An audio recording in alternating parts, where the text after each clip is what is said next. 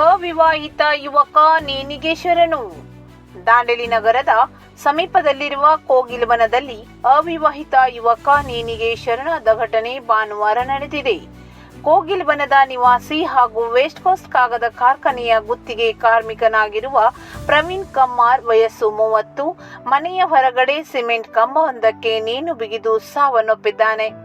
ಸ್ಥಳಕ್ಕೆ ಗ್ರಾಮೀಣ ಠಾಣೆಯ ಪಿಎಸ್ಐ ಜಗದೀಶ್, ಎಎಸ್ಐ ಶಾಂತಾರಾಮ್ ಕಾಂಬ್ಳೆ ಹಾಗೂ ಪೊಲೀಸರು ಭೇಟಿ ನೀಡಿ ಪರಿಶೀಲನೆಯನ್ನು ನಡೆಸಿ ಮುಂದಿನ ಕ್ರಮ ಕೈಗೊಂಡಿದ್ದಾರೆ.